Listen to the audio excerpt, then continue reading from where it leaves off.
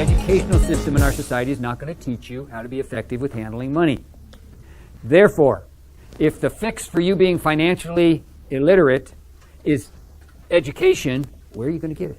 You're going to have to take personal responsibility to educate yourself. So, I am going to make a suggestion to you. As you go through school, there are thousands of pages of reading you should do. I'm going to suggest you read a few hundred pages of something that will change your life and make life go better for you.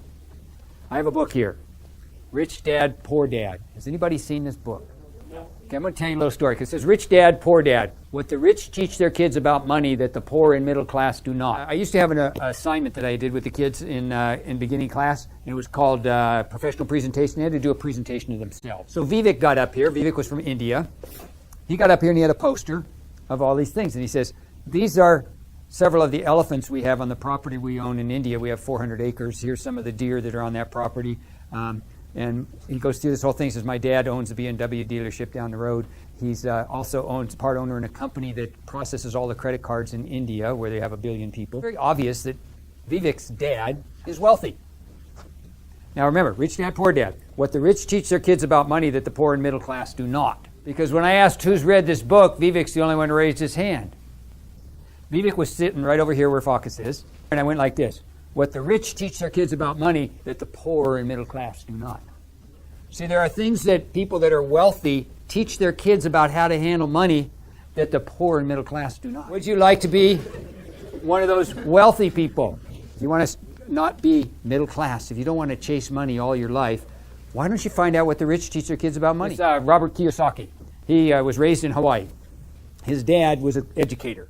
He finally ran for office and he was elected for the superintendent of public schools in all the state of Hawaii, making $250,000 a year. Dad had a nice house and they lived in a nice place and all this stuff. His friend, the house was kind of a humble house. The carpets were kind of worn, had an older car. Cars would drive up to his friend's dad's house and come in and talk to him. And that would be the bankers in town. And the real estate agents would come and talk to him.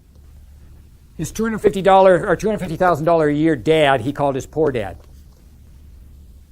His friend, who lived in a humble house with the worn carpets and the old car, he called his rich dad. Because every time his real dad got a new job, he got a pay increase. So he bought a nicer car, moved into a nicer house, bought nicer suits, went out to dinner more, joined the country club. And he had a much nicer house, but he had a mortgage on it, was into debt up to his eyeballs, had a nice car, but he was making payments on it all the time, spending all his money. Meanwhile, his rich dad, who lived in the humble house with the worn carpets and the old car, was buying stuff that was creating value and creating wealth. And he was giving the kids assignments and saying, how'd you like that assignment? Well, we worked awful hard. We only made $1. Yeah, there's other ways to make money. Why don't you think up some? And they started getting them thinking of some creative ways. The story is really interesting because it's written as a story. It's not written like a textbook. So just kind of get into it and find out what they were doing and what they were learning.